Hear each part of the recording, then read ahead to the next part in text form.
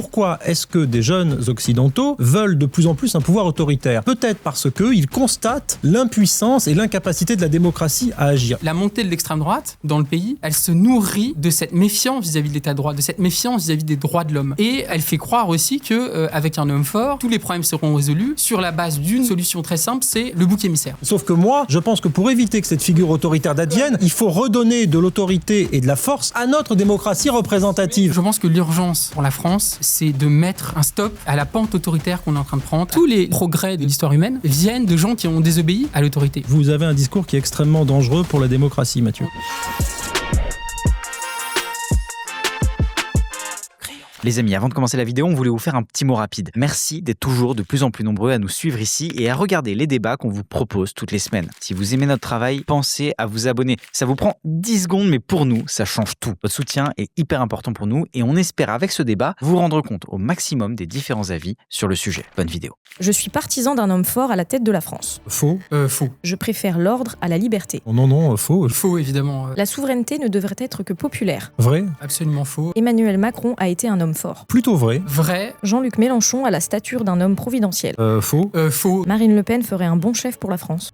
Faux. Pas sûr qu'elle puisse se présenter, nous verrons. Faux. Le modèle du général de Gaulle est totalement périmé en 2026. Faux et archi faux. Vrai. C'est un modèle complètement périmé, d'une époque très conservatrice. La 5e République est une dictature qui s'ignore. Faux, archi faux. Je dirais pas dictature, mais en tout cas, c'est un régime qui s'est avéré au fil des années, au fil des décennies, assez autoritaire, assez peu respectueux des prérogatives du Parlement, avec une puissance démesurée accordée au chef de l'État. Sans autorité verticale, la France glisse inéluctablement vers la guerre civile. Plutôt vrai. Complètement faux. Le peuple français est par essence césarien, il aime les chefs. Partiellement vrai. Faux, moi je pense que c'est un peuple qui a besoin de justice et qui sait se révolter. Un pouvoir fort est forcément un pouvoir dangereux pour les libertés individuelles. Vrai et faux. Vrai. Et enfin, je pourrais être ami avec la personne en face de moi. Vrai. L'amitié ou le respect et l'estime intellectuelle dépassent très largement les chapelles et en tout cas les désaccords. Vrai, évidemment. En revanche, si on élargit la question de l'amitié a aussi besoin quand même de principes et de valeurs sur lesquels se fonder. Par exemple, je ne pense pas que je pourrais être ami avec quelqu'un d'extrême droite. Il y a des idées qui sont plus ou moins inacceptables. Et malheureusement, sur ce point-là, je pense qu'il y a un fossé qui n'est pas rattrapable. N'étant pas d'extrême droite, c'est pour ça que vous m'aimez bien. Exactement. Salut, c'est Anto et bienvenue dans ce nouvel œil pour œil, le format de débat du crayon. Deux invités s'affrontent face à face avec devant eux plusieurs cartes qui détermineront les thèmes et les formats de l'émission. Chaque carte impose un temps précis que les invités devront respecter. En France, seul un jeune sur deux préfère sans réserve la démocratie aux autres systèmes politiques. Résultat comparable en Espagne et en Pologne, selon cette enquête YouGov, publiée en juillet et menée auprès des 16-26 ans dans différents pays d'Europe. Ces jeunes adultes sont donc de plus en plus nombreux à considérer que dans certaines conditions et dans certaines circonstances, un pouvoir autoritaire serait souhaitable, homme ou femme, diplômé ou non, penchant à l'extrême droite ou à l'extrême gauche, mais votant rarement. 4 d'entre eux vous ont confié leur motivation. Bonjour Marie Bouéton. Bonjour. Vous êtes grand reporter à La Croix l'Hebdo et l'autrice de cette enquête publiée il y a quelques jours intitulée « Il nous faudrait un Poutine ». C'est une citation, ces jeunes Français qui rêvent d'un pouvoir autoritaire. J'en ai dit un mot, ces jeunes gens que vous avez rencontrés ont tout type de profil professionnel, de l'employé agricole à l'ingénieur. Est-ce que cette diversité a été une surprise pour vous ? Oui, tout à fait. On sait que ces jeunes, statistiquement, sont plutôt proches des idées d'extrême droite et sont plutôt moins diplômés que la moyenne. La jeunesse est-elle en train de rompre avec la démocratie ? Une partie de la jeunesse, et le sondage YouGov est intéressant et assez inquiétant, une partie de la jeunesse se départit ou en tout cas ne se revendique plus de la démocratie en appel à un homme fort ou une femme forte, en l'occurrence un homme fort, ce qui je crois doit nous préoccuper. Mais je ne crois pas que je sois préoccupé sous l'angle du jugement moral. Je ne sais pas si ce sera peut-être notre désaccord avec Mathieu Slama. Moi, je ne fais pas la morale à ces jeunes-là. J'essaie de comprendre pourquoi il y a une telle défiance face à la démocratie. Puisque là, s'il y a autant de jeunes qui, en tout cas, ne considèrent pas la démocratie comme un système indispensable, c'est qu'il y a un problème. Moi, je crois que ça vient d'un problème majeur qui est que la démocratie aujourd'hui et que les démocraties libérales auxquelles nous appartenons ne remplissent plus leur mission élémentaire. C'est-à-dire qu'on a l'impression d'avoir face à nous des systèmes qui n'ont plus le pouvoir, où le pouvoir a déserté les ministères, où le pouvoir a déserté le palais de l'Élysée, et où il y a eu des transferts de pouvoir, et on a le sentiment que voter ne sert plus à rien. Il y a un sentiment de dépossession. Bonjour, alors moi je m'appelle Paul Melun, je suis écrivain, j'interviens dans plusieurs émissions à la télévision, et pour ceux qui s'intéresse à mon orientation politique, disons que je suis un gaulliste de gauche, un souverainiste de gauche, tendance chevènement Philippe Séguin. Je pense pas qu'il faille la figure d'un homme fort. En revanche, et ce sera l'objet peut-être de notre débat avec Mathieu Slama, je pense que nous avons besoin d'un retour à une forme de verticalité. Et je crois que l'erreur face à ce sentiment de dépossession, c'est de croire qu'une sorte de néo-dictateur façon Poutine va nous permettre d'avancer. C'est une lourde erreur. Et je dis à ces jeunes-là, je crois que vous pensez mal et que c'est pas sous cet angle-là qu'il faut penser les choses. En revanche, il faut penser les choses autour de la souveraineté, se dire comment est-ce qu'on fait pour que nos représentants démocratiques puissent recouvrer leur pouvoir. Et ça nécessite, je crois, de sortir d'une partie des traités européens, de reprendre le pouvoir en France, de s'affranchir à la fois de certaines puissances de l'argent, de certaines puissances de la technostructure bruxelloise, de redonner du souffle à la démocratie directe, de convoquer le peuple via des référendums. Et je crois que si on mène une grande réforme de notre démocratie et qu'on donne plus de pouvoir à l'État-nation, plus de souveraineté, les jeunes notamment se remettront à s'intéresser à la politique dans ce cas-là de démocratique et à s'insérer dans le jeu démocratique. Je ne crois pas que les jeunes se désintéressent du jeu démocratique, à condition que quand on vote pour quelqu'un, ce quelqu'un ou cette quelqu'une puisse avoir le pouvoir de changer la vie. Quand on vote pour De Gaulle avec l'élection du président au suffrage universel direct, on se dit que De Gaulle va pouvoir changer notre vie, que De Gaulle et son gouvernement vont pouvoir mettre en place des mesures sociales, pourquoi pas, des mesures de défense, etc., etc. Aujourd'hui, on a le sentiment que, quelle que soit la personne pour laquelle on vote, tout est impossible, que d'une certaine façon, certains excès de l'état de droit, ce sera sans doute un de nos désaccords avec Mathieu Slama, certains excès de notre état de droit empêchent le politique de pouvoir agir, et qu'aujourd'hui, le rôle ou la fonction d'un ministre dans un gouvernement, c'est pas grand-chose en fin de compte, parce qu'entre son administration centrale et entre Bruxelles, il est pris en étau et il n'a plus vraiment le pouvoir. Donc moi, je crois qu'il faut redonner plus de pouvoir aux politiques, à condition que le politique soit bien élu, qu'il soit bien soutenu, qu'il puisse remettre régulièrement son mandat en jeu. D'abord, je pense que sur les jeunes, sur la jeunesse, il faut regarder en détail. Je pense que cette espèce d'envie d'autoritarisme, cette fascination pour les régimes autoritaires, on se retrouve beaucoup plus chez les jeunes garçons que chez les jeunes femmes, déjà, premièrement. Et que quand on regarde dans le détail, c'est d'abord les jeunes hommes qui sont plus sensibles aux arguments extrémistes qui font appel à des affects assez autoritaires. Donc j'émettrais déjà une nuance là-dessus, et on voit aussi au sein de la génération Z, il y a aussi une aspiration à la liberté, à l'émancipation, qui est tout à fait notable. Donc il ne faut pas mettre la jeunesse dans un même sac. Je pense que c'est très complexe. En revanche, ce qu'on voit, et en fait on le voit dans tout le pays de manière générale, c'est une montée des idées d'extrême droite. Bonjour, je m'appelle Mathieu Slama, je suis journaliste, essayiste, plutôt engagé à gauche. Et sur le sujet d'aujourd'hui, je pense évidemment le contraire. Malheureusement, c'est un phénomène qu'on voit de plus en plus en Occident, ce besoin d'hommes forts, d'autorité, qui se fait toujours au détriment des libertés, évidemment, mais aussi des minorités, des droits fondamentaux. Et c'est quelque chose qu'il faut, à mon sens, combattre de manière très ferme. C'est une montée des idées autoritaires, avec cette idée qui est extrêmement dangereuse, qui est que la démocratie libérale, avec ses contre-pouvoirs, avec son respect des droits de l'homme, avec cette espèce de garde-fou, finalement, de ce que le pouvoir peut faire ou ne pas faire, ce serait pas efficace. Voilà. Et qu'au fond, il faudrait toucher aux principes démocratiques pour rendre la démocratie plus efficace. Et alors, on voit ce que fait Trump aux États-Unis, ce que fait Poutine en Russie, etc. C'est des autocrates quasi-fascistes qui, s'ils se réveillent un matin et ils ont envie de faire ça, ils le font, qui ont une espèce d'administration à leurs pieds et qui essayent de casser justement tous les contre-pouvoirs qui sont là pour leur dire « Non, vous ne pouvez pas tout faire. Vous devez respecter un certain nombre de règles, notamment les droits fondamentaux des citoyens, etc. etc. » Et je crois que la montée de l'extrême droite dans le pays, elle se nourrit de cette méfiance vis-à-vis de l'état de droit, de cette méfiance vis-à-vis des droits de l'homme.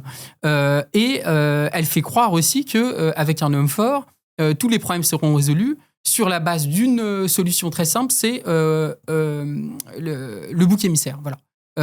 Tous les problèmes de la société sont liés aux étrangers, aux musulmans, aux délinquants, aux quartiers, etc., etc.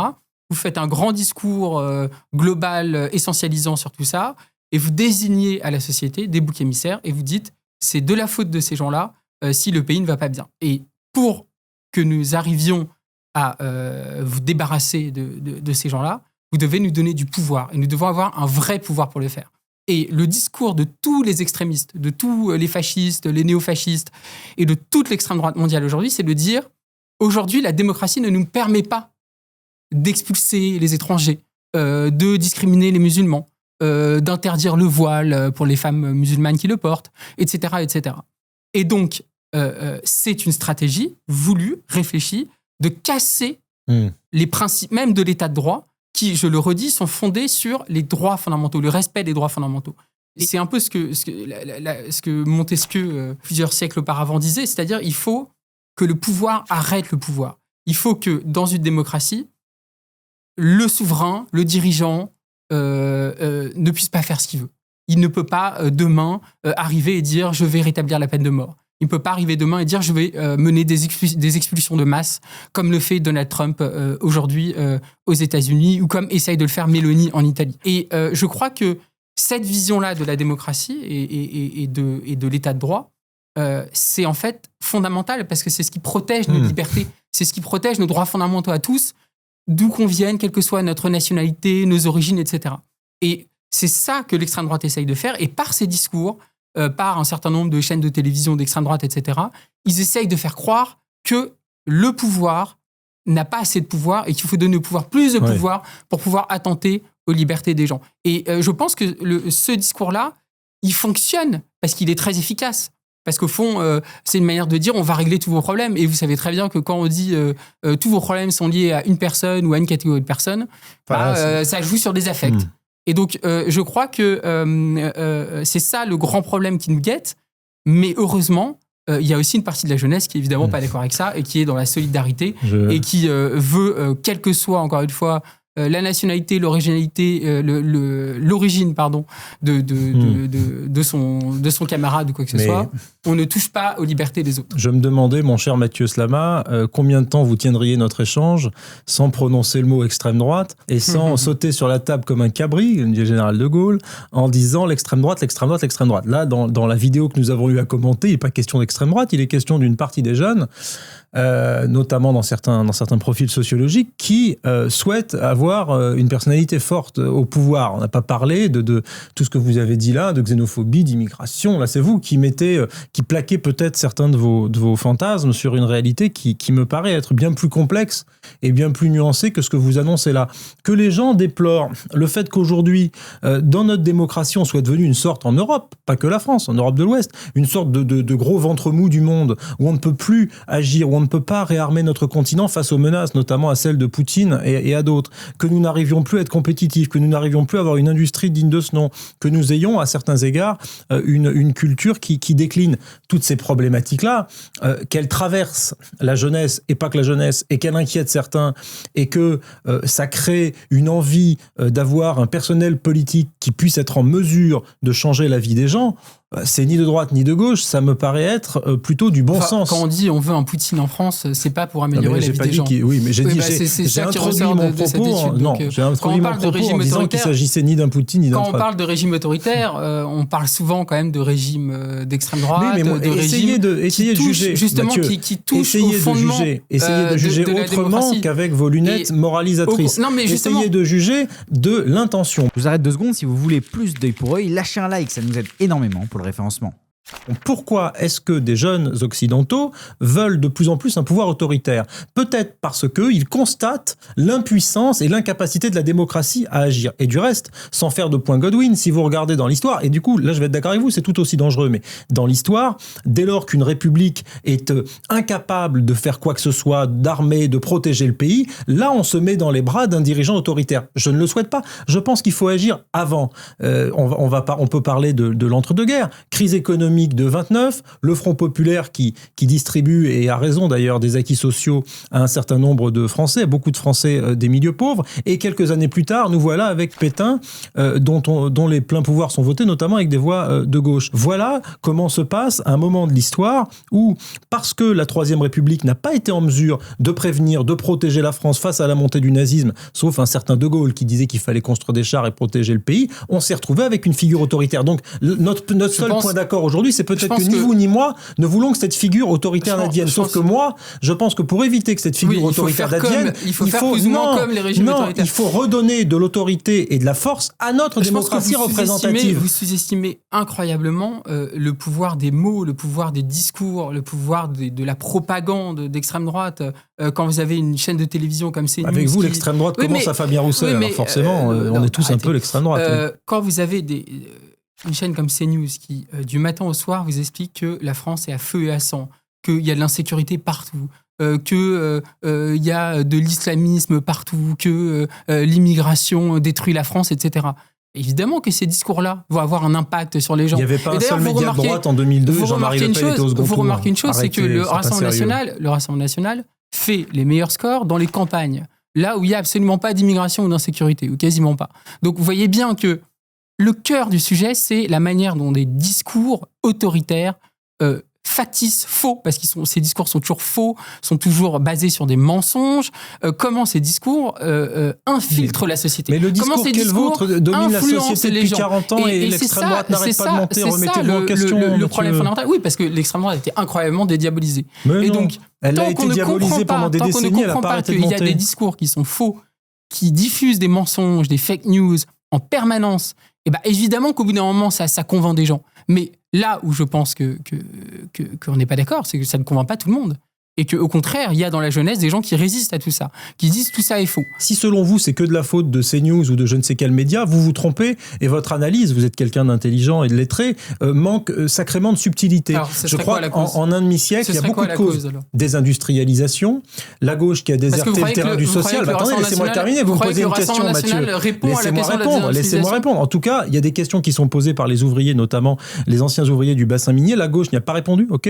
Elle a déserté ces endroits-là. Je me rappelle d'une campagne où un certain Jean-Luc Mélenchon est allé affronter Marine Le Pen à Hénin-Beaumont, il n'a même pas été au second tour. Donc, les discours de la gauche se sont recentrés sur les métropoles et ont abandonné les Français des classes populaires. Alors après, quand vous abandonnez les classes populaires rurales et que vous dites « Ah oui, ils votent RN, ils sont très méchants, c'est Pétain, c'est Poutine, c'est je sais pas quoi, c'est Hitler », comment voulez-vous les récupérer dans votre giron si vous avez ce discours-là ? Donc, essayez de ne pas être caricatural, essayez de parler à tous les Français sans les agonir d'injures dès lors que quelqu'un s'inquiète sur l'immigration ou s'inquiète sur l'insécurité, et essayons de répondre à ces problématiques-là, qui sont des vraies problématiques, avec des discours dématiques, avec des discours avec des valeurs. C'est le problème. Ben oui, mais si jamais vous y répondez pas... Que pour répondre à cet enjeu, qui est absolument majeur, majeur, et qui met en cause quand même notre démocratie. Je pense qu'on peut quand même être d'accord là-dessus que si un régime autoritaire, si le Rassemblement national, qui est par définition autoritaire, arrive au pouvoir demain, ça sera un léger problème pour la démocratie. Je pense que votre position, c'est de dire il faut répondre à ça en allant sur le terrain, en reprenant les thèmes. Sur le terrain, oui. En reprenant les thèmes du Rassemblement national, en disant que et en donnant des réponses qui sont pas celles du RN. Ils ont raison, l'immigration est un problème. Ils disent que la France est à feu et à sang, ils ont raison, la France est à feu et à sang. Ils disent qu'il faut des lois sécuritaires encore plus dures, encore plus liberticides. Il faut aussi accepter cet aspect-là. Moi, je pense l'opposé de vous. Je pense que vous pensez l'autruche. Non, je ne pense pas l'autruche du tout. Il ne faut surtout pas en parler. Non, pas du tout. L'immigration est égale à l'extrême droite. Réalité et les faits. Et je pense que le discours du Rassemblement national est entièrement faux. Sur tous ces sujets-là, il est entièrement faux. Les chiffres démontrent absolument que tous les discours du Rassemblement national est non seulement faux, mais il est dangereux. Prenez, vous qui aimez bien les chiffres et les statistiques, prenez les enquêtes du Cevipof. J'invite tout le monde à les regarder. C'est pas une officine d'extrême droite, le Cevipof, avec Sciences Po Paris, qui réalise des enquêtes à intervalles réguliers où vous avez les priorités des Français, item par item, sujet par sujet, la cote de confiance dans la police, la cote de confiance dans la justice, la cote de confiance dans les médias. C'est très intéressant.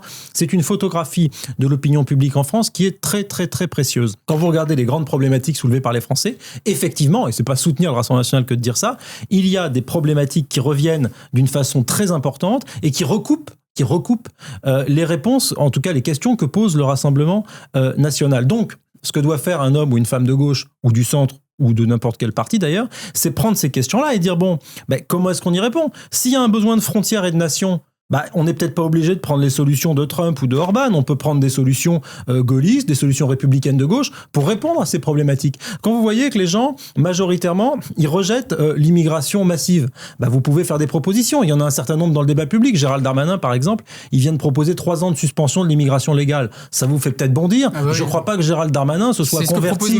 Attendez, je ne crois pas que Gérald Darmanin se soit converti en un type d'extrême droite parce qu'il a proposé cela. Pardon, c'est ce que propose Marine Le Pen. À un certain temps, vous aviez quelqu'un comme François Mitterrand en 1988 qui disait à propos d'une partie de l'immigration, il faudra qu'il reparte. Et vous aviez Georges Marchais qui, lui, voulait mettre fin à l'immigration légale et illégale. Donc, il y a beaucoup de fascistes à vous écouter, Mathieu, mais en tout cas, moi, je pense qu'il faudrait commencer par écouter le peuple dans sa pluralité et après, les réponses politiques. Il n'y a pas que les réponses du Rassemblement national ou de Zemmour. Le problème, c'est que si jamais vous y répondez pas, il y aura année après année de plus en plus de Français qui se tourneront vers ces partis-là parce qu'ils n'auront pas la réponse à leurs questions à gauche. Moi, j'ai milité au Parti socialiste. Pardon, quand vous étiez en réunion au parti, quand vous osiez dire « Tiens, on pourrait peut-être faire un débat sur l'immigration », on vous regardait comme vous étiez un cinglé. On vous disait « non, on va continuer à faire un débat sur le féminisme inclusif, l'écologie, les gender studies, etc. » Les gender studies, c'est plus intéressant que ce qui se passe au plan migratoire mondial. Vous êtes entre limiter l'immigration, qui est une mesure de droite, c'est normal que la gauche rejette ce genre de mesures. Et par ailleurs, juste pour finir sur ce débat, parce que je crois qu'on a dépassé un peu le temps, mais vraiment en 2 phrases. Prenez le mot de la fin pour dire une grosse bêtise. Au fond, le désaccord, il est double. Je pense que je ne vous accuserai pas de ne pas avoir de principe. Merci. Mais je pense que les principes en politique, c'est très important. Et on ne peut pas, juste parce que les enquêtes d'opinion nous disent quelque chose, dire on jette à la poubelle nos principes. On décide d'arrêter l'immigration, on décide de mettre des policiers partout à la frontière. Non, ça ne marche pas comme ça la politique. On a des principes, on n'en a pas. Et deuxièmement, il y a des moments dans l'histoire où le peuple, parce qu'il y a des discours, je le redis, qui ont infusé, qui ont infiltré, etc., s'est mis du côté des régimes autoritaires. Voilà. Et il faut aussi, c'est le rôle aussi, je pense, à la fois d'un dirigeant politique, d'un intellectuel, d'un journaliste ou quoi que ce soit, de dire attention, la direction que nous sommes en train de prendre collectivement, elle n'est pas bonne, elle est mauvaise. Et c'est très simple. Quand vous le dites, il y a dans les enquêtes d'opinion, je ne sais pas quoi, une majorité de personnes qui sont contre l'immigration, je pense que c'est le rôle de la politique de dire attention. C'est formidable l'immigration, on va vous en mettre plus, mesdames, messieurs. D'une part de dire attention, il faut rétablir les faits. Ah oui. Parce que on pourra en parler des faits sur l'immigration après, si l'opinion authentée sur ce sujet-là, il est influencé par des fake news, par des choses qui sont fausses. Voilà. Et donc, je pense que c'est aussi le rôle de la politique. En plus de faire la morale aux gens, vous les traitez d'imbéciles qui profanent les fake news. C'est pas faire la morale aux gens, c'est avoir des principes, s'y tenir et de dire moi je vais défendre mes principes, quel que soit l'état de l'opinion à l'instant T. Et j'ai l'impression que vous, c'est un peu l'inverse. Mais il n'y a que vous qui avez des principes, c'est bien connu. Mr. Trump, Mr. Putin, Mr. Netanyahu. The big balls man saying my cock is bigger than yours and I'm gonna bomb the shit out of you is a fucking male toxic behavior that is creating thousands of dead people. Est-ce que l'homme fort n'est-il qu'un fantasme de masculinité toxique ? Attribuer à ce que l'on appelle avec des guillemets masculinité toxique, les désordres, les périls du monde ou le réveil des empires est une idiotie sans nom. Et je crois que le problème est tellement plus profond, tellement plus complexe, réveil des empires, volonté d'un grand retour au nationalisme dans ce qu'il a pour le coup de plus rude et de plus violent pour le droit international notamment. On le voit dans le conflit qui oppose les États-Unis d'Amérique et Israël à l'Iran. On le voit dans les prétentions territoriales de la Chine vis-à-vis de Taïwan. Je crois que tout cela dépasse très largement le cas du rapport au masculin et au féminin.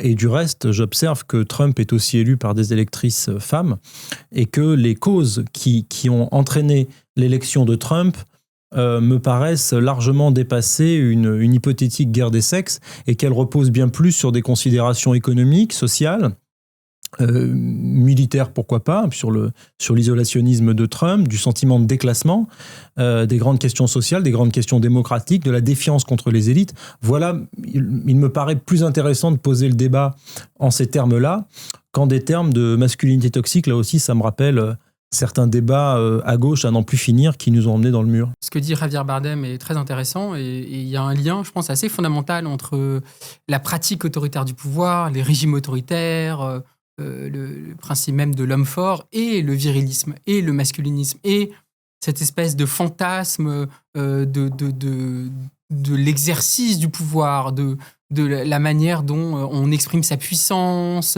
sa force, avec la rhétorique de la violence, du rapport de force, de la virilité, etc. Et on voit que tous les régimes autoritaires, en Chine, en Russie, aux États-Unis, en Hongrie, avec Orban, toujours Madame c'est Mélanie, des régimes, c'est un homme, peut-être, toujours oui. c'est des régimes, oui. toujours c'est des régimes qui mettent en avant un imaginaire très viriliste. Comme Giorgia Meloni, par exemple. Qui fait appel à une symbolique de la force, encore une fois, du pouvoir absolu, de la puissance vue comme l'expression symbolique d'une forme de masculinité. Et d'ailleurs, c'est très intéressant que ce virilisme du pouvoir autoritaire, à chaque fois où il a lieu, il attaque le droit des femmes. Il attaque les minorités, les femmes, les personnes LGBT. Vous voyez Trump aux États-Unis, il est soutenu par tous les mascus les plus extrémistes sur les réseaux sociaux, etc. Parce que il leur parle avec sa conception viriliste du pouvoir et sa misogynie fondamentale qui fait que sa politique se fait au détriment des femmes. Et vous voyez, c'est la même chose en Russie, partout. Et qui, par ailleurs, il y a beaucoup de chercheurs qui ont travaillé là-dessus. Ah bah oui, je les connais. Et qui, par ailleurs, se fait dans le mépris de tout ce qui est perçu socialement comme féminin. C'est-à-dire, encore une fois, socialement. C'est-à-dire tout ce qui n'est pas la force, la puissance, etc., etc. Et vous voyez bien, d'ailleurs, que ces régimes s'en prennent toujours aux minorités, bien sûr, ont toujours une expression de la force, notamment par un État policier très visible. Vous voyez ce que fait Trump aux États-Unis avec littéralement des rafles dans les rues pour expulser des personnes étrangères et avec la visibilité du pouvoir à travers la police, à travers tous les instruments du pouvoir. Et donc, ne perdons pas en tête, évidemment... Je peux vous répondre, cher ami ? Oui, bien sûr, mais je finis juste sur un point, c'est que ne perdons pas en tête que tous ces régimes autoritaires, partout où ils sont, s'attaquent aux minorités. Évidemment. Toujours. Alors, donc je pense que c'est une réflexion extrêmement intéressante qui doit aussi pousser, je pense, les hommes à réfléchir aux clichés et à l'imaginaire qu'ils diffusent à travers la masculinité. Bientôt, ça va être de ma faute et de la vôtre. Bon, pourquoi pas. Écoutez, on est tous des coupables, on va tous se flageller, c'est le discours wokiste par excellence. Vous l'incarnez bien dans cette longue tirade, cher Mathieu. Je vais vous répondre 2 ou 3 objections faciles. Ça arrivait long. Que vous nous disiez que Trump ou que Xi Jinping ou que Poutine soient pas très gay-friendly, encore que Trump, ça reste à voir, puisqu'il a fait toute sa campagne sur IMCA, qui ne soit pas sa politique se fait au détriment largement des personnes LGBT. Donc regardez le fait que les personnes LGBT sont infiniment maltraitées dans ces pays-là. Oui, c'est une évidence. C'est une évidence. Et je ne vais pas vous contredire. Notons au passage, je vous le dis là, que l'écrasante majorité, pour ne pas dire tous les pays où l'homosexualité est criminalisée dans le monde, sont tous des pays musulmans. Et donc c'est intéressant de voir que l'islam politique est peut-être le premier ennemi des droits LGBT et de leur vie, puisqu'on balance les homosexuels du toit des immeubles. Voilà. Donc c'est encore plus grave peut-être que Trump. Premier point. Deuxième point, sur l'extrême droite, etc., qui serait intimement lié au masculinisme. C'est faux, ça peut être le cas, mais c'est faux. En Europe, vous qui détestez l'extrême droite européenne, ou en tout cas qui appelez extrême droite beaucoup de gens en Europe, sachez pour votre gouverne que la patronne de l'AfD en Allemagne, qui est un truc néo-nazi, est une femme, que Marine Le Pen en France est une femme, que Giorgia Meloni est une femme, etc., et qu'on ne compte plus au Parlement européen le nombre de leaders femmes qui appartiennent à l'extrême droite, que le cabinet de Donald Trump est représenté avec de nombreuses femmes qui n'ont rien à envier à Trump sur les principes qu'il défend. Donc, votre lien entre homme fort est égal facho, etc., et les femmes jamais, c'est complètement faux. Donc, sur les minorités, là, pour le coup, je vais absolument, évidemment pas défendre l'indéfendable, et je trouve que réduire le mauvais traitement, un euphémisme, des minorités dans les États dictatoriaux dans le monde aujourd'hui ou dans les grands empires, réduire cela à une question de masculinité toxique est une bêtise. Donc je suis sûr que vous ne faites pas cette bêtise. C'est un des aspects, c'est pas le seul. C'est une question, malheureusement, globalement...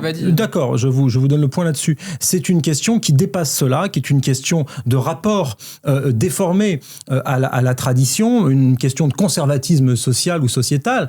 Et je crois d'ailleurs que là aussi, il y aurait en Europe, puisque nous sommes européens, et en France, nous sommes français, un discours à produire qui serait un discours éminemment progressiste sur la défense des droits LGBT, de soutien au mariage pour tous, de soutien à l'égalité entre les femmes et les hommes, et notamment à l'égalité salariale, sans oublier d'avoir un discours de fermeté sur les sujets régaliens. Ça peut même faire très bon ménage. Et puisque je parlais tout à l'heure du Cevipof, je vais en terminer par là, regardez comment les hommes homosexuels en France votent. Regardez, vous verrez que le premier parti chez eux, c'est Marine Le Pen. Donc, franchement, sortons un peu des caricatures, essayons de penser quelles sont les grandes menaces contemporaines pour les personnes LGBT en Europe et ailleurs, et ça ira tout de suite beaucoup mieux, et ça sera un débat beaucoup plus factuel, vous qui aimez les faits, cher Mathieu Slama. Alors j'ai 30 secondes, donc ce qui est intéressant dans votre discours, comme depuis le début de notre discussion, c'est qu'à chaque fois vous dites oui mais, et vous concédez des points finalement au camp adverse. J'ai commencé par dire que les dictatures étaient effroyables avec les minorités. Être ferme sur le régalien, on peut concilier d'un côté progressisme et être ferme sur le régalien. À chaque fois, ça je pense. Donc ça révèle une certaine, pas une inconstance, mais en tout cas un inconfort. Une pensée complexe. Un inconfort ça vous échappe peut-être. Intellectuel par rapport à tous ces sujets-là, et peut-être que vous n'êtes pas si progressiste que vous le prétendez. Mais quel droit deuxièmement, et je vais finir en 10 secondes, ce que vous ne comprenez pas, c'est que ce que je dis sur l'importance du virilisme en politique et comment il nourrit les extrêmes droites à l'international, partout dans le monde, c'est dans l'imaginaire qu'il déploie. C'est pas parce que vous avez une femme qui représente telle partie d'extrême droite dans tel pays, etc., que l'imaginaire que déploie son parti, que les idées que déploie son parti ne sont pas liées à une vision viriliste du pouvoir et de la société. Donc même quand c'est des femmes, comme elles sont d'extrême droite, elles sont virilistes. C'est pas la question. Le point de désaccord central, c'est que pour moi, une démocratie, ça doit être une société qui défend les droits de chacun, qui défend les minorités, qui s'assure qu'aucun pouvoir ne peut empiéter sur les droits fondamentaux, la dignité de telle personne, de tels groupes sociaux, etc., etc. Et là, clairement, on a un désaccord fondamental sur ce point-là, qui est très profond et qui, je pense, exprime aussi un débat qui est très présent au sein de la société aujourd'hui. La question, c'est quand toute votre politique est liée au rapport de puissance, à la force, un peu comme à la Mélenchon, répression, à la répression, à la comment dire, à la verticalité à la mélenchonienne. puissance, ça, il y a un lien fondamental entre ça et une certaine manière dont la masculinité s'est développée en Occident. Mais ça ne veut pas dire que ça se réduit à ça, évidemment. Vous avez plein d'autres facteurs, le racisme, l'impérialisme, etc. Mais je pense que c'est un élément de compréhension de comment des idées qui sont profondément antidémocratiques, des idées qui sont très anti-minorités, qui visent les personnes marginalisées, comment ces discours-là se nourrissent aussi de virilisme, de clichés masculinistes qui en fait s'inscrivent dans une vision du monde. Voilà. Mais ça ne veut pas dire, encore une fois, ça ne veut pas dire que c'est réductible à ça, évidemment, mais je pense que c'est un élément de compréhension intéressant. Je réponds juste sur un micro-point qui est fondamental, puisque vous avez interrogé mon progressisme. Je crois que le discours progressiste, et plus encore, l'application de mesures progressistes en France et en Europe suppose, c'est pour ça que c'est très important, suppose un retour à la souveraineté et à la protection, notamment des frontières, la protection face à tous les fondamentalismes, y compris au fondamentalisme islamiste. Et c'est là que les minorités sexuelles auront besoin d'être protégées dans l'avenir, les minorités LGBT, et elles ne sont pas dupes. Raison pour laquelle les minorités LGBT votent pour beaucoup d'entre elles à droite ou pour des candidats conservateurs parce qu'ils sont très inquiets pour leur avenir et qu'ils s'inquiètent d'une montée autoritaire religieuse en Europe, mais ça n'est pas celle que vous croyez. Je remarque que vous ramenez beaucoup à la question de l'islam. Là, en tout cas, oui, parce que si vous voulez homosexualité et islam, on pourrait faire un grand débat. Mais voyez, c'est intéressant. Vous parlez des minorités LGBT, on ne peut pas ne pas parler d'islam, puisqu'il n'y a pas un seul, pas un seul pays où c'est des athées, si vous voulez, qui balancent les gens depuis le toit des immeubles. Ça vous dérange peut-être, Mathieu Slama, mais c'est la vérité. Je vais vous dire une chose toute simple, c'est partout où des régimes... Mais donc vous condamnez l'islam politique, bien sûr. Partout où des régimes, bien évidemment, partout où des régimes nationalistes... Y compris quand il est en France. Partout où des régimes nationalistes s'installent, ça se fait au détriment des minorités, notamment des minorités de genre, et au détriment des femmes. Je vous ai dit que j'étais d'accord avec ça. Toujours. Donc votre histoire de la souveraineté des frontières, etc., le nationalisme nous sauve... Pas le nationalisme, le patriotisme et la souveraineté nationale. Toujours les régimes nationalistes sont antiprogressistes. Ouvrez les frontières à tout vent et vous verrez les droits des LGBT, cher ami. Et persécutent les minorités, et c'est important de le savoir. Bien sûr. Je vous arrête 2 secondes. Si vous aimez ce format, pensez à vous abonner dès maintenant pour ne rien rater des prochains œil pour œil. Je vous remets dans la vidéo. L'anecdote personnelle, qu'est-ce que c'est que ça ? Alors moi, c'est pas vraiment une anecdote personnelle, mais c'est peut-être une explication ou une continuité qui explique mon positionnement aujourd'hui. C'est que je crois pas en la figure de l'homme fort, mais je crois en la politique forte parce que je suis un passionné d'histoire, un passionné de géographie, je crois que les deux vont ensemble, et que je crois que la France ne serait pas la France sans la grandeur, comme dirait l'autre, et que la grandeur suppose effectivement une forme de verticalité. Donc moi, ce rapport très, très charnel, très, un peu émotif à la France est quelque chose qui m'habite depuis mon enfance. Pour tout vous dire, quand j'avais 7-8 ans, je noircissais des cahiers entiers où je faisais des cartes de France, je dessinais des châteaux forts, je faisais des frises chronologiques avec tous les souverains, avec tout l'Ancien Régime et après avec la 3e, la 4e République. Donc, quand on est habité par cette histoire-là, on ne peut pas être indifférent à la grandeur du pays, et qui dit grandeur dit une forme de verticalité. Mais après, ça ne fait pas de moi, une fois que j'ai dit ça, un défenseur des hommes forts dans le sens dictatorial, absolument pas, mais en tout cas de la politique forte, oui, ça compte, et je crois que quand la politique n'est plus forte, ce sont d'autres pouvoirs qui s'emparent de l'autorité, et là c'est dangereux. Ça peut être les pouvoirs capitalistes, ça peut être les pouvoirs de l'argent, ça peut être des pouvoirs pour le coup non élus, des pouvoirs administratifs, ça peut être le pouvoir de la force dans la rue et la loi du plus fort parce qu'elle n'est pas régulée par le monopole de la violence légitime, comme l'expliquait très bien Max Weber. Et je crois que oui, redonner du pouvoir aux politiques, c'est in fine, pourvu qu'ils soient démocratiquement élus, redonner le pouvoir au peuple. Alors moi je vais peut-être vous étonner, mais... je pense qu'il y a eu plusieurs choses dans ma vie, dans ma réflexion, dans mon itinéraire qui m'amènent aujourd'hui à être d'une méfiance absolue et radicale vis-à-vis de l'autoritarisme, de toutes ces choses-là dont on parle. Je pense que mon expérience du monde du travail a été majeure parce que j'ai vu dans le monde du travail la manière dont la hiérarchie, la verticalité, comme vous dites, les organigrammes, les rapports de supériorité-infériorité. J'ai vu comment tout ça aboutissait toujours au pire. J'ai vu comment tout ça, que dès que quelqu'un avait du pouvoir, il en abusait toujours. Montesquieu, d'ailleurs, le disait très bien, un homme qui a du pouvoir, il est toujours enclin à en abuser, et c'est pour ça qu'il faut des contre-pouvoirs.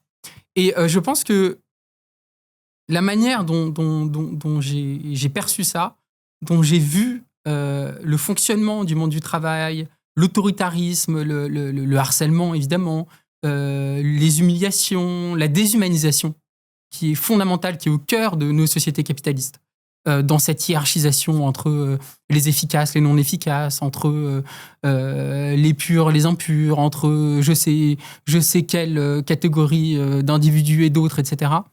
Cette hiérarchisation de la société se retrouve dans le monde du travail. Et moi, j'ai vu ça, j'ai vécu ça. et avec une grande violence. Et je me suis dit progressivement, évidemment ça vient pas tout de suite, mais que le principe même de l'autorité était vicié dès le départ, que dès qu'on donnait du pouvoir à quelqu'un sur quelqu'un d'autre, dès qu'on autorisait quelqu'un à donner des ordres à quelqu'un d'autre, ça aboutissait à des injustices, à des humiliations, parfois même des persécutions. Et je pense qu'en fait, mon aversion pour l'autoritarisme s'est nourrie de ça et m'amène aussi à penser que c'est toute la société. C'est pas seulement une question de pouvoir. Michel Foucault l'avait bien expliqué il y a des décennies. C'est pas seulement une question de pouvoir. Que ces rapports d'autorité, de hiérarchie, de déshumanisation, elles sont partout dans la société. Dans toutes les strates de la société, dans l'entreprise, dans tel endroit, etc. Et que s'il y a quelque chose à déconstruire, c'est bien cette vision de la société. Il faut déconstruire évidemment de ce dont on parle, c'est-à-dire le pouvoir autoritaire, mais il ne faut pas s'arrêter là. Il faut vraiment remettre en cause les principes même de l'organisation de la société qui sont encore aujourd'hui, même s'il y a quand même évidemment eu des progrès, fondamentalement autoritaires. Et ça passe aussi par une remise en cause de la manière dont l'école fonctionne. Là, pareil, il y a eu beaucoup d'évolutions, mais l'école fonctionne encore sur un principe d'autorité, de hiérarchie, de notation, etc., etc. Et ça, je crois que mon engagement par rapport à tout ça, il est nourri de toutes ces réflexions-là, de ce que j'ai pu voir, et il est assez global. C'est-à-dire que je ne m'arrête pas à la question de pouvoir. Je pense vraiment à la société dans son ensemble et à cette importance de la déconstruction de tous ces éléments-là. Lorsque Mathieu Slama a évoqué son parcours personnel et notamment professionnel surtout d'ailleurs, cet exemple permettait d'éclairer ce qui mettait derrière l'idée d'autorité ou de verticalité. On n'avait pas la même définition de l'autorité. Moi je le disais, c'est faire autorité sur un sujet, c'est-à-dire l'autorité basée sur la connaissance, sur la compétence. Là où Mathieu Slama à certains égards condamnait l'autoritarisme. Et moi je trouve qu'il y a un monde entre l'autoritarisme du petit chef dans le monde du travail, tel que lui l'a peut-être expérimenté, que je déteste, donc là je le rejoins, et l'autorité parentale, l'autorité basée sur la compétence du professeur à l'élève, de l'artisan sur son ouvrier, etc. Et je pense que oui, nous avons besoin de l'autorité de la compétence, mais nous crevons de l'autoritarisme des petits chefs. Le désir d'autorité nous prépare-t-il aux régimes autoritaires ? Verticalité ne suppose pas autoritarisme. Je suis comme vous, Mathieu, j'ai horreur des petits chefs. J'aime pas beaucoup les organigrammes. Et pour vous faire une confidence, je suis même plutôt d'origine, à la fois par mon père et par mes lectures et ma façon de concevoir le monde, d'obédience plutôt libertaire. Et donc, j'avoue que mon modèle à moi, c'est plutôt dans un monde idéal. Il faut passer par le réel, mais aller à l'idéal, comme disait Jaurès. Dans un monde idéal, moi, je rêve d'un monde d'autogestion. Mon modèle pour les entreprises, c'est les SCOP, c'est-à-dire les ouvriers qui rachètent leur propre usine et qui la font tourner. Et souvent, ils la font tourner extrêmement bien sans avoir de dirigeants. Ce modèle-là me séduit infiniment. Mais je crois qu'il suppose beaucoup de préalables. Ce modèle, qui pourrait être celui des autogestions, c'était le modèle jadis de ce qu'on appelait les phalanstères, c'était les modèles du socialisme municipal de la fin du 19e siècle, avec des gens comme Leroux, etc. C'est un modèle qui est formidable, mais qui, pour s'appliquer, pour le coup, a besoin, à la racine, et c'est contre-intuitif, d'une forme de verticalité, au moins dans l'apprentissage, par exemple. C'est pour ça que j'étais moyennement d'accord avec ce que vous disiez sur l'école. Je crois que le respect et l'autorité du maître ne repose pas sur les coups de martinet, les coups de règle sur les doigts ou l'autoritarisme de pacotille qui est violent et humiliant ou le harcèlement des élèves. Il repose sur la compétence du professeur. Et donc, quand on est en classe, on écoute son professeur parce qu'il sait plus de choses que nous. Moi, je me rappelle quand j'étais en terminale, mon vieux maître de philosophie qui m'a fait aimer la philosophie, j'étais au premier rang, assis, et je fermais ma gueule. Je l'écoutais et il faisait un cours magistral et il expliquait item par item les grands philosophes sur le travail, sur la société, sur la science, sur la famille, etc. Et je peux vous avouer que j'avais pas grand-chose à lui dire, moi. À 17 ans, j'avais quelques trucs à dire, mais ma parole ne valait pas la sienne. Et donc, moi, ce que je rejette aujourd'hui dans le nouveau pédagogisme, etc., c'est que tout se vaut. C'est-à-dire que parce que l'élève veut s'exprimer, il va exprimer n'importe quoi à un professeur. Donc non, il faut une verticalité, parce que s'il n'y a pas cette verticalité, notamment dans les phases d'apprentissage, ou cette verticalité de la compétence, eh bien tout le monde fait un peu n'importe quoi et c'est le foutoir total dans la société. De la même manière, maintenant que je suis adulte, je restaure une maison ancienne, ma maison à la campagne. Si il y a un artisan qui vient et qui va me faire ma toiture en ardoise, je vais pas lui dire, cher ami, vous devriez poser vos ardoises comme ça, on est libre, on est égaux, je veux monter sur le toit et mettre les ardoises. Je ne saurais pas faire. C'est lui qui a la compétence. Donc, je crois à cette verticalité-là. Et si moi, j'étais une sorte de bobo altermondialiste qui construisait sa maison en torchis, croyez-moi, elle serait moins jolie que quand c'est des ouvriers, des meilleurs ouvriers de France, qui la bâtissent pour moi, parce qu'ils ont un apprentissage, une formation, une verticalité, etc., etc. Donc, je crois que on peut mettre en place une société de la verticalité basée sur la compétence, basée sur l'expertise, qui ne repose pas sur l'autoritarisme des petits chefs. Je crois qu'il faut réussir à distinguer les deux et que nous avons besoin d'éviter cet écueil, notamment dû à une partie de la gauche culturelle, je suis désolé Mathieu de vous le dire, qui a considéré qu'il fallait s'exprimer, exprimer tout. C'est là qu'on a commencé à faire étudier aux gamins en terminale des textes de rap ou de slam en leur disant que ça valait Victor Hugo, Balzac ou Flaubert. C'est des conneries. C'est pas comme ça que ça marche. Il y a des grands auteurs classiques. L'Iliade et l'Odyssée, c'est une chose. La recette du poulet au curry, c'en est une autre. Vous voyez, on peut pas tout ne se vaut pas dans la société. Et je crois que si on part sur ces bonnes bases-là, ça peut même être un outil de gauche, un outil d'émancipation sociale, parce que quand vous venez d'un milieu populaire, comme c'était mon cas, quand vous avez un professeur qui prend le soin de bien vous expliquer les choses, de vous expliquer comment on parle bien français, et qui se met pas à votre niveau en vous disant bah vas-y, on s'en fout des accords grammaticaux et de la conjugaison, parle comme tu veux, tu es libre, exprime-toi mon enfant. Mais qu'on lui dit non, tu dois bien écrire, tu dois faire ton autodictée, tu dois faire ta rédaction, tu dois apprendre des choses. Ah bah après, pour le coup, ça peut émanciper tout un chacun, même quand vous étiez comme moi, boursier échelon 5. Donc moi je crois vraiment, vraiment profondément à cela. Sortons du pédagogisme militant qui pousse à demander à chacun d'exprimer ce qu'il est, même s'il n'a pas grand-chose à exprimer, et essayons de permettre aux gens de s'élever par le savoir, par la connaissance, et peut-être que ça évitera de tomber dans le régime autoritaire, parce que pour le coup, et ça me permet de répondre à la question, le désir d'autorité et le régime, la passion pour le régime autoritaire est quelque chose qui peut difficilement exister si vous avez un niveau culturel, un niveau éducatif suffisamment fort, parce que quand vous faites de l'histoire, comme on en fait depuis tout à l'heure dans notre discussion, vous savez ce que c'est que l'histoire de Mussolini, d'Hitler, du général Franco, de Pétain, et vous n'avez pas franchement envie de reproduire le passé. Vous parlez d'histoire, et je pense que vous devriez réviser votre histoire. Parce que vous parlez par exemple, et c'est vraiment intéressant parce que là on est au cœur du sujet, vous parlez par exemple des grands auteurs classiques, vous dites les grands auteurs classiques c'est comme ça, ça se respecte, c'est pas la même chose que des rappeurs, etc. Mais vous savez que ce que vous appelez les grands auteurs classiques, à leur époque... Oui, c'était des rappeurs et des slameurs, bien sûr. C'était des rappeurs. N'importe des rappeurs. Vous savez pourquoi ? Parce qu'ils étaient vus comme des gens irrévérencieux, des gens qui faisaient n'importe quoi, qui ne respectaient pas l'autorité, qui ne respectaient pas l'académisme. Bien sûr que si, bien sûr que si. Vous savez que le Caravage a fini... Beaucoup ont été consacrés de leur vivant. Vous savez que le Caravage a dû s'exiler parce qu'il était trop révolutionnaire pour son époque. Il y en a eu. François Villon, le poète, a fini en prison. Donc, Voltaire, il y en a eu.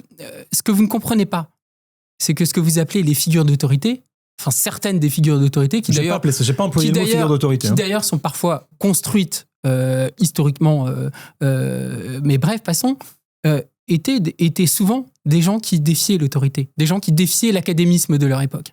Vous voyez, tous les progrès de l'histoire humaine viennent de gens qui ont désobéi à l'autorité, des gens qui ont dit non, des gens qui se sont révoltés, des gens qui ont... Vous savez, par exemple, aujourd'hui... C'est caricatural, c'est partiellement vrai. Aujourd'hui, si vous partez en vacances, c'est grâce à des gens, des grévistes, des militants, des syndicalistes, etc., qui ont dit on veut des congés payés. Je croyais que vous alliez me dire c'est par ceux qui ont inventé l'aviation. Des gens qui ont dit à leur époque on ne veut pas de la société que vous nous imposez, on veut autre chose. Je pourrais parler du droit des femmes qui vient aussi de militantes qui se sont battues de haute lutte face à un pouvoir patriarcal qui leur niait leurs droits élémentaires. Ça faisait longtemps. Et on pourrait parler de 1000 sujets comme ça. La marge de l'histoire, elle est toujours faite par des minorités, c'est vrai, des minorités, qui refusent d'accepter l'autorité, qui refusent une soumission à l'autorité que la société de l'époque, comme notre société aujourd'hui, nous explique qu'elle est inévitable et qu'elle s'impose d'elle-même. Et c'est tout à fait le piège dans lequel on se retrouve aujourd'hui, puisqu'on nous dit que l'autorité s'impose, on doit respecter cette autorité sans jamais faire preuve d'esprit critique. Moi, par exemple, je suis pour une école, par exemple, quand un enseignant en philosophie dit n'importe quoi, moi je suis pour qu'un élève, même s'il a 16-17 ans, je ne sais plus à quel âge commence, puisse s'exprimer et dire moi je ne suis pas d'accord avec ça. Et je pense d'ailleurs que le savoir se nourrit aussi de cette confrontation et que aujourd'hui, derrière l'élève il dit je suis pas d'accord, il n'a pas encore compris le contenu de la leçon, soyez sérieux. Et que derrière le savoir, il y a aussi une vision morale de la société. Il y a un rapport à certaines valeurs et tout le monde est légitime pour faire valoir son esprit critique. Je ne dis pas que mais l'esprit critique ça se mérite. Je ne dis pas évidemment. Mais pour faire œuvre d'esprit critique, il faut déjà pouvoir faire œuvre d'esprit. Je pense qu'une société, une société qui va bien, une société saine, une société qui respecte les droits de chacun, c'est une société qui se fonde beaucoup plus sur l'esprit critique, sur la défiance vis-à-vis de l'autorité. Là, vous prêchez un convaincu. Qu'une société qui se fonde au contraire sur le respect de l'autorité, et respect qui est d'ailleurs souvent aveugle. Et je remarque aujourd'hui qu'on criminalise énormément, en tout cas on stigmatise énormément la jeunesse qui décide de manifester contre telle loi, contre tout un tas de gens aussi qui se mettent dans la désobéissance civile parce qu'ils ne refusent, moi je ne sais pas, sur l'écologie par exemple, les lois absurdes qui mettent en danger l'écologie, etc. Vous avez des jeunes qui disent non, nous on ne veut pas ça, on désobéit parce qu'on veut faire valoir autre chose. Je vous donne un autre exemple, par exemple Cédric Héroux, que vous connaissez peut-être, qui était un militant qui accueillait chez lui des migrants, des étrangers qui étaient persécutés par la police française. Il les accueillait chez lui et il a été poursuivi pour cela. Il a été poursuivi. On l'a poursuivi parce qu'il a désobéi à la loi. Donc il n'a pas respecté l'autorité, comme vous dites. Il est allé devant la justice et il a fini par gagner. Pourquoi ? Parce que la justice a dit Cédric Héroux, donc cet homme qui a accueilli et protégé des étrangers de la police française, Cédric Héroux a respecté la Constitution française qui met le principe de fraternité en son cœur, dans sa devise. On pourra en parler du principe de fraternité dans la Constitution. Mais vous voyez, c'est-à-dire que en désobéissant, Cédric Héroux a même participé à construire une vision de la République et de la démocratie, vous voyez, et que la justice française a fini par lui donner raison en disant vous avez peut-être désobéi à la loi à ce moment-là, mais vous avez eu raison moralement. Interprétation subjective de la Déclaration des droits de l'homme et citoyens. Cette question du respect de l'autorité, elle ne peut pas s'émanciper de la question morale. Il y a une époque, en France, il y avait des lois contre les Juifs. Il y a une époque en France, il y avait des lois qui permettaient la colonisation. Il y avait des lois qui permettaient l'esclavage, etc., etc. Ces lois étaient infondées parce qu'elles étaient moralement infondées. Est-ce que là, vous diriez il faut respecter l'autorité de ces lois ? Non. Donc, moi, je n'ai jamais dit qu'il fallait respecter la loi. Je n'ai pas parlé de loi, d'ailleurs. Moi, j'ai parlé d'une autorité basée sur la compétence et le savoir. Vous m'emmenez sur la loi. Ce que je vous dis, pourquoi bien sûr qu'il y a des lois iniques. Pourquoi je vous dis tout ça ? Et je finis juste mon raisonnement là-dessus. Parce que c'est un peu long. Oui, mais c'est important. Mais oui, c'est très important. Ça me paraît important. C'est un peu attendu, mais c'est important. Ça me paraît important et même intéressant. Bien sûr. Mais ce que je vous dis, c'est que on peut pas fonder une société sur l'autorité. On doit fonder la société d'abord sur autre chose que l'autorité, sur l'esprit critique, sur l'émancipation. Qui vous a dit qu'il fallait fonder la société sur une autorité ? Mais c'est important parce que aujourd'hui, avec tous les discours autoritaires qui nous disent de fermer notre gueule dès qu'on n'est pas content, etc. Bon, alors je vous réponds. Vous voyez, je pense qu'une société qui fonctionne et qui défend, encore une fois, les droits de chacun, ne peut pas être une société fondée sur l'autorité comme vous le souhaitez. Non, alors, petit 1, je ne souhaite pas une société fondée sur l'autorité. Oui, mais c'est pas grave. Je ne souhaite pas une société fondée sur l'autorité, je souhaite une société fondée sur des valeurs, des principes, sur une culture aussi magnifique que notre culture, mais une société qui sache faire respecter l'autorité quand il y en a besoin. Je ne suis pas un fou de ne pas me faire passer pour un fou furieux de l'autorité. En revanche, vous devriez être très content aujourd'hui parce que c'est vous qui avez gagné la bataille culturelle, c'est pas moi. On a déconstruit toutes les structures d'autorité aujourd'hui. Il y a plus personne qui arrive à faire valoir de l'autorité. Regardez les profs, vous consultez des profs, vous leur demandez des instituts des profs, le rapport qu'ils ont à leurs élèves. Ils se font, pour beaucoup d'entre eux, c'est les profs maintenant qui se font harceler dans de plus en plus d'établissements. Je rappelle qu'il y a un certain nombre de profs qui se sont fait agresser physiquement, certains même l'ont payé de leur vie. Donc, je crois que là, pour le coup, on est loin d'être dans une société en France qui verserait dans l'autorité. Si vous prenez les grands récits, interdictions de manifestation, je connais le vieux disque de la gauche radicale à 2 balles. Bon, mais c'est plus complexe que ça. Quand je vous parle de l'autorité à l'école et que vous me répondez, on est dans une société liberticide, je vous invite, moi j'ai un peu voyagé dans le monde, je pense que vous aussi, à aller dans un certain nombre de pays où pour le coup le droit de manifester est bien moins sanctuarisé que chez nous. Premièrement, et deuxièmement, c'est pas parce qu'il y a pire ailleurs d'ailleurs que c'est bien chez nous. Cet argument termine sur l'école nul parce et non que valide. Le sujet de l'école est très important. Je crois que, oui, il y a un problème de manque d'autorité à l'école. Je crois que du reste, 60-70% des Français doivent penser comme moi et pas comme vous sur ce sujet-là. Et ils ont raison. Parce que pour apprendre, et je reviens là-dessus, il y a une expression qui est extrêmement intéressante et qui résume bien ma pensée. Vous connaissez l'expression française, faire autorité sur le sujet. Pas dire faire de l'autorité parce qu'on est autoritaire. Ça veut dire qu'il y a une autorité qui est basée sur la compétence. Ça ne veut pas dire que je vais maltraiter l'autre, au contraire. Ça veut dire que je vais le respecter. Mais ça veut dire que pour s'élever, pour pouvoir disposer de l'esprit critique, on a besoin d'un substrat culturel, intellectuel. Et que l'élève qui se lève en plein milieu du cours du professeur d'histoire-géographie, qui va lui parler, je ne sais pas moi, de la civilisation antique, et qui va lui dire « Monsieur, vous vous trompez, vous dites n'importe quoi », bah alors, moi, si je suis prof dans une classe et que l'élève, il se lève, je ne vais pas lui coller une danse, je vais lui dire « Cher ami, expliquez-vous, pourquoi est-ce que vous dites que je dis n'importe quoi ?» Et si derrière les arguments sont intéressants et que son esprit critique tient debout et qui me dit, par exemple, vous dites n'importe quoi, j'en sais rien, moi, sur Cicéron ou sur Socrate ou sur César, et que je m'aperçois que dans mon cours, j'ai commis une erreur et qu'il est très intelligent et qu'il m'a fait remarquer mon erreur alors qu'il a 12 ans, je lui dirai, tu as raison, j'ai commis une erreur et je l'admets. Parce que c'est comme ça que je gagnerai paradoxalement en autorité plutôt que lui dire, j'ai raison. D'ailleurs, je lui répondrai peut-être en citant le philosophe et en lui disant, la seule chose que je sais, c'est que je ne sais rien. Donc, il ne s'agit pas d'autoritarisme. Le problème, c'est que quand on déconstruit toutes les structures, comme vous et vos copains, depuis 40 ou 50 ans dans un pays comme le nôtre, face à des pays étrangers qui, eux, sont en train de faire le chemin complètement inverse, on est en train d'affaiblir toutes nos structures sociales. Moi, j'ai fait une partie d'études à l'étranger, j'ai fait des séminaires à l'université en Asie du Sud-Est et ailleurs dans le monde.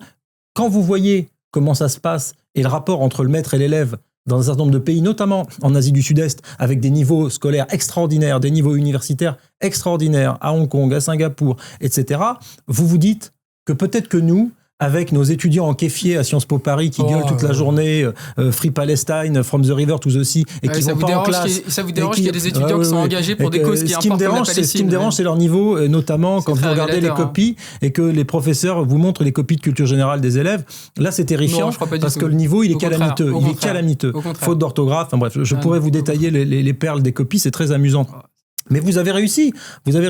Notre système scolaire est à genoux. On a dégringolé dans le classement PISA, dans le classement de Shanghai, de Hong Kong. On est en train de tomber vraiment au plus bas niveau de toutes nos universités. On est de moins en moins compétitifs. Donc, vous avez gagné, vous avez tout déconstruit. Maintenant, moi, je crois qu'il faut reconstruire.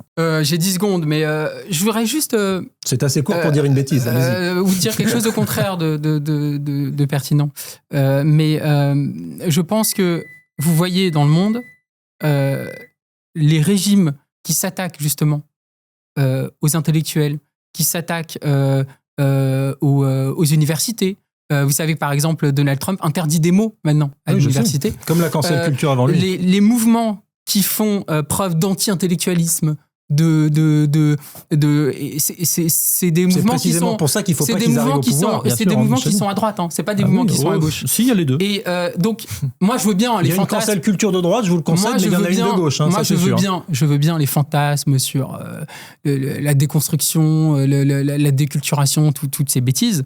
En attendant, on a en France parmi les meilleures universités. On a une jeunesse qui est brillante. Ah bon? Je sais pas où vous avez vu ça, absolument. Les meilleures universités. En sciences dures, oui. Et en revanche, oui, il y a un danger, c'est qu'il y a un anti-intellectualisme qui se répand et qu'on retrouve à droite, qu'on ne retrouve pas à gauche. Donc, oui. à la limite, avec vous, c'est toujours d'un côté, tout est de la faute de l'extrême droite. Je vous dirais, la canicule et la pluie la semaine prochaine, je me demande si c'est pas l'extrême droite. Moi, je vous dirais plutôt, regardez d'où ça vient. Les attaques contre la pensée, contre l'esprit critique et contre l'intelligence. Des deux côtés, de l'extrême droite et de l'extrême gauche. Elles viennent beaucoup plus de l'extrême droite. Non. Que de la gauche. Le Trumpisme est une réaction certes absurde et autoritaire. Alors je suis un anti-Trumpiste primaire, mais le Trumpisme est une réaction à la cancel culture et au wokisme, notamment en Californie. Et tous les mouvements masculinistes complètement cinglés dont vous parliez tout à l'heure et de Jordan Peterson, etc. aux États-Unis, se sont nourris précisément du désespoir d'un certain nombre de jeunes étudiants parce qu'ils étaient en proie, et d'étudiantes, qu'ils étaient en proie à une espèce de cancel culture devenue folle. Ou pour le coup, quand vous essayez d'aborder quelques textes et que le type avait vaguement eu au 18e, au 19e siècle un lien de près ou de loin avec la colonisation, je ne sais quoi, était cancel alors qu'il avait des thèses qui pouvaient être par ailleurs intéressantes. Donc la cancel culture a commencé à gauche. Elle est d'ailleurs un prolongement de la French Theory de Derrida, etc., et d'Heidegger, qui a été mal comprise et qui a été exportée aux États-Unis d'Amérique. Ensuite, de cette cancel culture-là, effectivement, il y a une cancel culture d'extrême droite et dans le Trumpisme, où effectivement, un certain nombre de gouverneurs, le gouverneur notamment en Floride, a fait interdire un certain nombre de textes, notamment des textes d'Hemingway. Donc, oui, moi je m'oppose à la cancel culture d'où qu'elle soit, que ce soit lorsque la censure vient de l'extrême droite, de la droite, ou de l'extrême gauche et de la gauche. Peu importe, je vais vous dire, peu importe. Moi je suis un ami des lettres et un ami des arts, un ami de la liberté, et que les lettres et les arts nous arrivent de n'importe qui, je suis pour les prendre, les penser et les mettre au cœur de l'agora pour en faire un débat. Vous ne pouvez pas trouver de plus bel éloge de la démocratie que ce que je viens de vous dire là. Je vous arrête 2 secondes, dites-nous en commentaire qui vous voudriez voir dans le prochain Œil pour Œil. On lit tout. Quel dirigeant pour la France de demain ? Bon, on a 5 minutes. Moi, je pense qu'il faut arrêter de penser comme ça. Il faut arrêter de penser quel dirigeant, qui va nous diriger, etc. etc. Moi, je pense que l'urgence pour la France, c'est de mettre un stop à la pente autoritaire qu'on est en train de prendre, à la pente liberticide qu'on est en train de prendre, et qui est le fait d'ailleurs de gens qui se prétendaient modérés.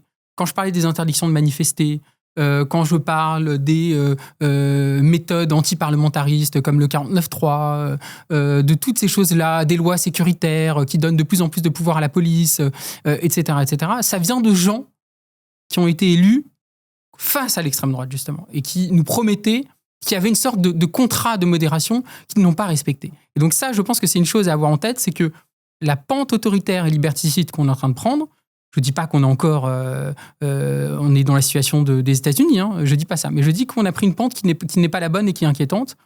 Elle vient de gens qui se prétendaient modérés et qui en fait ont fait la course à l'échalote avec la droite dure et avec l'extrême droite à des mesures de plus en plus autoritaires et liberticides.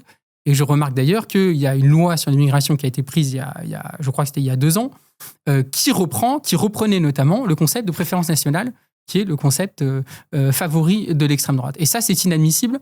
Donc, on est sur une pente qui n'est pas bonne. Donc, je pense qu'au lieu de se demander quel dirigeant pour la France de demain, c'est quel contre-pouvoir pour la France de demain. Comment on fait pour garantir que des lois liberticides autoritaires ne pourront pas avoir lieu ? Comment on fait pour renforcer le rôle du Conseil constitutionnel, qui est là normalement pour garantir que les lois ne vont pas à l'encontre, qui ne vont pas à l'encontre de la Constitution ? Comment on fait pour que le pouvoir, une fois en place, ne revienne pas sur des droits acquis, sur des droits fondamentaux. Moi, dans une société rêvée, je défends l'idée de non-régressivité des droits. C'est-à-dire que on ne peut pas revenir en arrière quand un droit a été acquis. Et dans ce principe-là, je crois que c'est un modèle de société qui est beaucoup plus désirable qu'un modèle de société où on va se demander à chaque dirigeant qu'on va avoir à quelle sauce on va être mangé. Je crois qu'on a besoin, dans notre pays, de nous assurer que nos droits fondamentaux ne vont pas être touchés, que le pouvoir, quel qu'il soit de droite, de gauche ou que sais-je encore, ne va pas toucher à nos libertés fondamentales et va respecter les droits que nous avons acquis et va nous permettre aussi d'acquérir de nouveaux droits. Et je pense que c'est ça l'urgence, au lieu de se dire qui va nous gouverner, qui va être le dirigeant, etc. On est malade de cette obsession autoritaire de ce qu'en entreprise on appelle la gouvernance, de comment on va être gouverné, etc. Ça, je dis que c'est gravissime, mais c'est inquiétant, parce que ça fait le lit des populistes, ça fait le lit de l'extrême droite, ça fait le lit de tous ceux qui nous disent, que finalement, l'ère des droits, l'ère des libertés, elle est terminée. Qu'aujourd'hui, il nous faut un régime autoritaire, un État policier, et tout ira mieux pour nous. Et le pire des régimes, c'est un régime qui nous dit qu'il va s'occuper de notre bonheur à notre place, qui va nous dire le communisme. On met des policiers, comme le communisme, je suis anticommuniste radicalement, qui nous met des policiers partout et qui nous dit vous serez tranquille, on va s'occuper de votre bonheur. Donc je pense que c'est ça qui devra être notre obsession et pas qui va nous diriger, etc. Alors, je vais répondre à votre longue intervention qui est d'ailleurs assez intéressante parce que vous nous faites finalement le monde idéal selon Mathieu Slama. Permettez-moi de diverger un peu par rapport à ce monde, mais je vais commencer par un petit point d'accord avec vous, cher Mathieu, sur, pour le coup, alors vous appelez ça, je sais pas, société policière.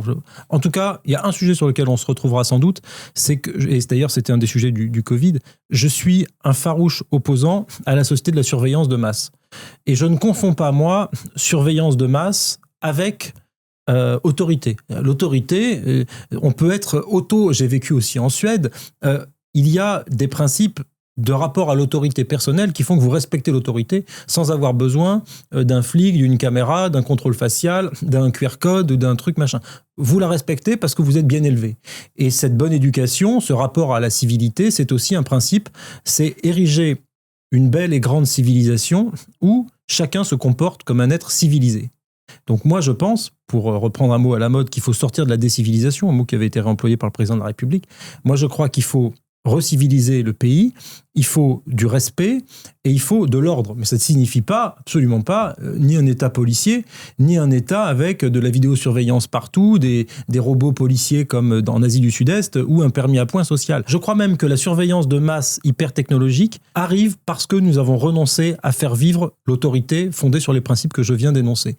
Et que précisément, si c'est le foutoir, pour parler en des termes un peu crus, dans un pays, que c'est le désordre total, que sont les bandes, les voyous, les narcos qui font la loi dans un certain nombre de quartiers ou les islamistes, bien sûr, un certain nombre de gens, de Français moyens, vont se dire « Ah bah oui, il faut mettre des caméras et des QR codes ». Non, c'est pas la solution. Parce que vous n'allez pas faire surveiller 67 millions de Français parce que vous en avez une petite minorité qui fiche la pagaille. Il faut traiter la petite minorité qui fiche la pagaille avec des peines très dures. Il faut assumer qu'il y a un lien entre une certaine immigration et une certaine délinquance, et donc il faut réduire l'immigration massivement. Donc oui, moi, mon dirigeant idéal pour la France, pour répondre à la question de façon très directe, ce sera un dirigeant d'inspiration gaulliste, avec une pratique du pouvoir gaullienne, qui fait respecter la voix de la France dans le monde, y compris quand elle est désalignée sur les États-Unis d'Amérique. C'est un dirigeant qui fera respecter la démocratie en France et qui respecte, bien sûr, ses contre-pouvoirs, qui respecte aussi la voix du peuple, Vox Populi, Vox Dei, qui respecte les Français quand ils s'expriment dans des référendums, même quand ces référendums ne vont pas dans le sens d'une certaine élite. Ça a été le cas, par exemple, avec le référendum sur la Constitution européenne en 2005. Moi, je suis pour une France des référendums. Pourquoi pas sur les questions sociales? Pourquoi pas sur la question de la réforme des retraites, il y aurait eu un référendum, l'âge de départ n'aurait pas été reculé. Pourquoi pas sur l'immigration? Je crois qu'une majorité des Français sont contre l'immigration massive. Un référendum permettrait de trancher cette question une bonne fois pour toutes et de lui donner valeur constitutionnelle. Donc, il y a beaucoup de choses. Souveraineté populaire, souveraineté nationale, respect des principes fondamentaux, oui, ça me paraît évident, déclaration des droits citoyens, préambule de 1946. Il y a des choses comme ça, il y a une histoire, il y a un rapport aux valeurs humanistes, à la liberté. On a toute une doctrine, on a la philosophie des Lumières, on a la pensée humaniste qui doivent nous guider. Et je crois que tout ça est très conciliable, que ça peut très bien se passer. Maintenant, le problème que j'ai, c'est que je ne vois pas dans le personnel politique actuel et tel qu'il est, ou en tout cas j'ai vu, mais malheureusement ils sont très âgés ou ils sont décédés, je ne vois pas qui pourrait incarner cette voie que je propose là, sans détour. Et j'ai trouvé cet échange intéressant, j'espère surtout qu'il sera intéressant pour les auditeurs et auditrices qui nous ont fait l'amitié de regarder cet échange. Moi je trouve ça toujours passionnant d'échanger quand on n'est pas d'accord, et je trouve que c'est la vertu de ce format, et donc je remercie les organisateurs, le Crayon bien sûr, et je crois que c'est bien de débattre avec des gens avec lesquels on a une pensée totalement antagoniste. Le jour où il y aura plus de débat entre deux pensées antagonistes, il y aura plus de démocratie, donc ça fait bien le lien avec notre sujet du jour. Pour éviter les régimes autoritaires, je crois qu'il faut accepter de débattre, de confronter des idées de façon parfois un peu âpre, un peu rude, mais sans jamais perdre de vue la pluralité des opinions. C'était un échange intéressant. Je pense que se sont exprimés dans cet échange deux visions que les gens ont compris irréconciliables de ce que doit être une démocratie. Voilà, mais c'est ça qui est intéressant aussi. C'est très polarisé, mais au moins il y a eu vraiment ces deux visions totalement différentes qui se sont exprimées. Donc il y a des gens qui sont peut-être plus d'accord avec moi, d'autres qui sont plus d'accord avec Paul, et peut-être qu'il y a des gens qui ont été intéressés par certains de nos arguments, ou ça les a fait réfléchir. Merci d'être resté jusqu'au bout. Nous on revient dès jeudi prochain avec un nouvel œil pour œil. Et si vous êtes trop impatient, vous pouvez d'ores et déjà regarder nos autres émissions qu'on a déjà publiées sur la chaîne. On vous met des suggestions à l'écran qui peuvent vous intéresser. Pensez bien à vous abonner avant de partir. Salut!